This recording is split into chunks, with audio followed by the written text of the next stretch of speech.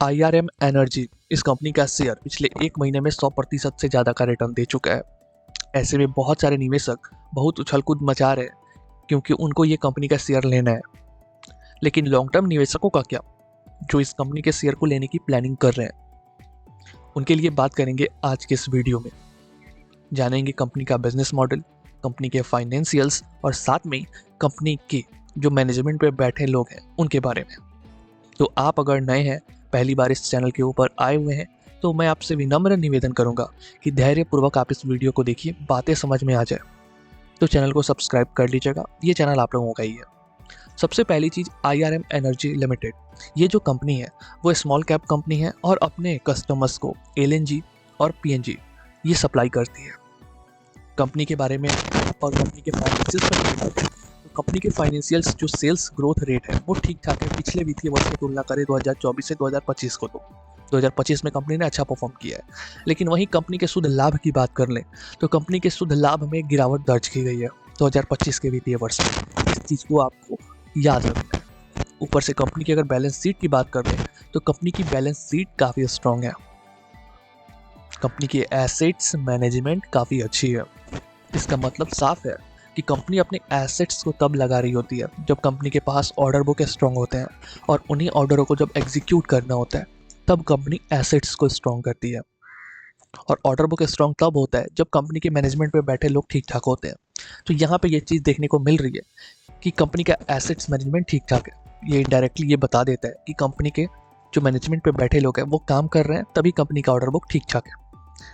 इसके अलावा कंपनी के कैश फ्लो पे नज़र डालें तो आप पाएंगे कि कंपनी लगातार 3 वित्तीय वर्ष यानी कि 2023 में भी, 2024 में भी और 2025 में भी पॉजिटिव कैश फ्लो में नहीं रही है। यानी कि कंपनी के पास फ्री कैश की कमी रही है हर साल, जो अगेन एक रेड फ्लैग के तौर पे आप अगर निवेशक हैं तो इस चीज़ को रख सकते हैं, क्योंकि ये कैश फ्लो का ना होना कंपनी के भीतर ये बहुत सारी दिक्कतों को न्योता दे देता है।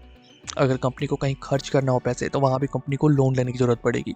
अपने पास कंपनी के पास पैसे नहीं होंगे। किसी भी तरीके का एक्सपेंशन करना हो तो वहाँ पे भी कंपनी को सोचना पड़ेगा, क्योंकि कंपनी के पास अपने कैश फ्लो और अपनी कैश नहीं है।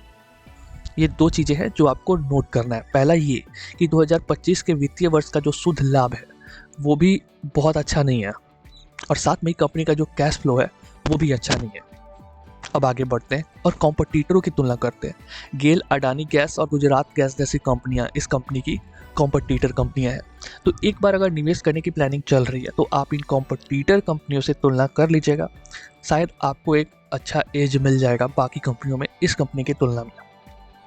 आगे बढ़ के कंपनी की अगर शेयर होल्डिंग पैटर्न पर नज़र डालेंगे तो आप पाएंगे कि इस कंपनी के भीतर जो रिटेल निवेशक है उनके स्टेक काफ़ी तेज़ी से बढ़े हैं। साथ में ही कंपनी के भीतर म्यूचुअल फंड के स्टेक कम हुए हैं। यानी कि इस कंपनी के शेयर के भीतर जो भी वॉल्यूम देखने को मिल रही है वो बहुत बड़े इंस्टीट्यूशंस की वजह से नहीं है, वो रिटेल निवेशकों की ज़्यादा खरीद बेच की वजह से देखने को मिल रही है। बाकी कुछ खास है नहीं। अगर कंपनी के डिविडेंड की बात कर लें तो कंपनी भी कुछ खास डिविडेंड देती नहीं है। ₹1.50 का डिविडेंड दिया था कंपनी ने 2025 के वित्तीय वर्ष में। और सारी चीज़ों को समराइज करके मैं बताऊं आप लोगों को, तो कंपनी का जो दिक्कत वाला चीज़ है वो ये है कि कंपनी का शुद्ध लाभ बिल्कुल ख़राब है।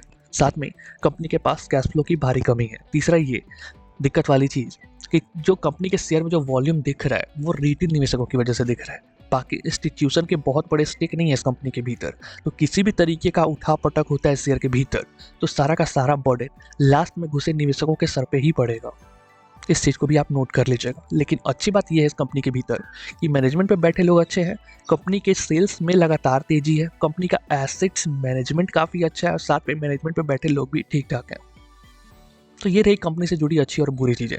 वीडियो सही लगी हो, बातें समझ आ गई हो तो आप चैनल को सब्सक्राइब कर सकते हैं। ये चैनल आप लोगों का ही है। धन्यवाद।